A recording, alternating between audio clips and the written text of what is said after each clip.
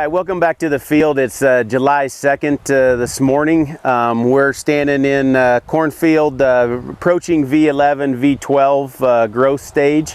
We're going to talk about a few things this morning real quick. First of all, some of the things that we've been noticing or continuing to notice in the field in our scouting trips this past week or over the last 7 days.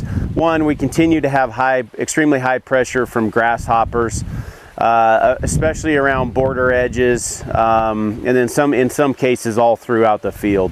It's kind of difficult to determine thresholds for grasshoppers at this point. Obviously, when they start destroying the entire plant, you start having significant leaf loss over 15–20% is when we get really concerned. So we still are seeing really effective control with just 5 ounces of bifenthrin. There's a lot of other residual products you can potentially mix in with that as well. However, as quickly as the corn is growing, sometimes we notice that the residual products aren't quite as effective because there's always new vegetative leaf area coming out. So there's always new tissue, plant tissue or vegetation for those grasshoppers to eat that don't have any insecticide on it. So continue to watch for grasshopper and be proactive in the control of those. Second thing I want to mention is nitrogen. As we approach V11, V12 in a lot of our fields, we need to have a minimum of 150 pounds of nitrogen on at this point.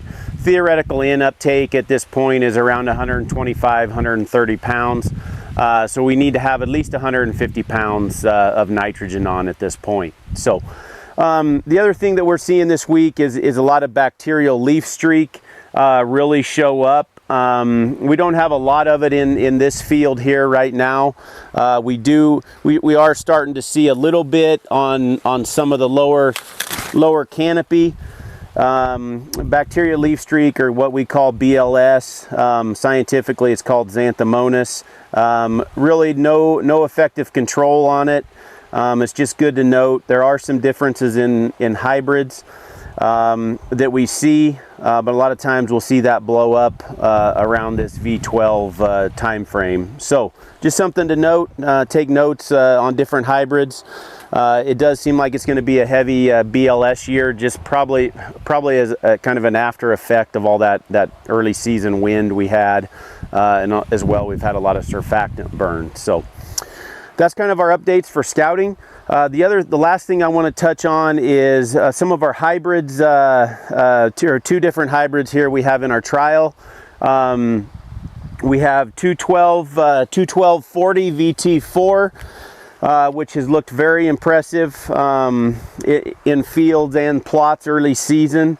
The only reason that I wanted to bring this to your attention or show you this hybrid is to compare it to a Preceon hybrid that we have in our trial. So basically these two plots or hybrids are next to each other.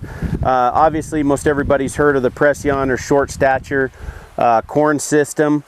Just to give you an illustration, the big difference here obviously is the distance between nodes. You'll see the 21240 on my right is 4 to 6 inches between each node, whereas this 200 or 112 day maturity Preceon hybrid is right around 2 inches basically between nodes.